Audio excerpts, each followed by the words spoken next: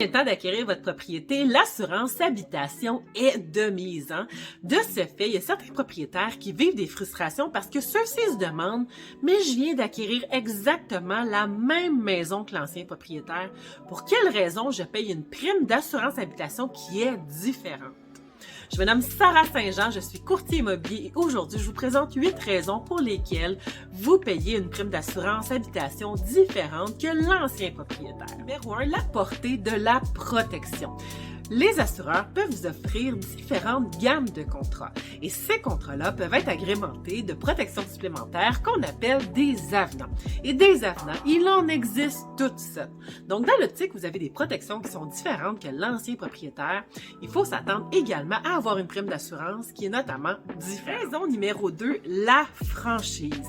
La franchise est le montant que vous devez assumer avant que l'assureur commence à indemniser l'assuré du sinistre qui serait couvert par le contrat d'assurance habitation. Dans le cas où vous avez une franchise qui est différente que l'ancien propriétaire, la prime sera également changeante. Raison numéro 3, l'expérience d'assurance. Un individu qui serait détenteur d'une police d'assurance depuis par exemple plus de 10 ans, n'ayant jamais eu aucune interruption et qui n'a jamais réclamé aucun dommage à son assureur, ne paiera pas la même prime qu'une toute nouvelle personne fraîchement arrivée dans l'assurance. De ce fait, si vous êtes une personne qui est présentement en logement et que vous n'êtes pas détenteur d'une police d'assurance habitation, afin de débuter votre expérience, je vous inviterai à contacter un assureur afin de connaître les avantages d'être détenteur d'une police d'assurance habitation. Raison numéro 4, la fidélité de l'assuré.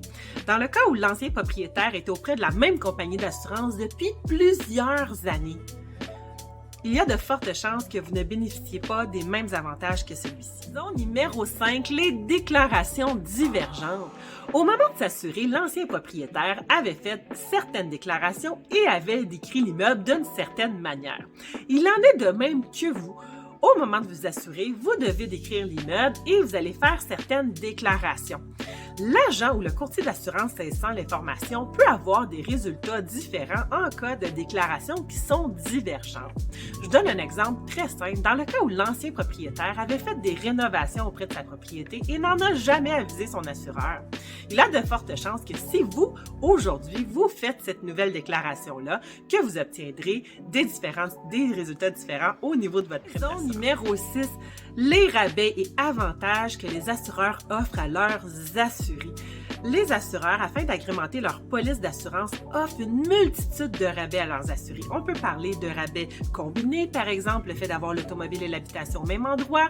On peut parler de rabais concernant la protection de la propriété, notamment si on avait un système d'alarme relié contre le feu et le vol à une centrale ou bien des détecteurs d'eau. Il peut y avoir des rabais groupes, professions, quand certains assureurs désirent développer un certain type de clientèle. Bref, dans le cas où l'ancien propriétaire bénéficiait de rabais et avantages dont vous n'avez pas le droit, il faut s'attendre à ce que vous payiez une prime d'assurance. Deuxième raison, le profil de l'assuré.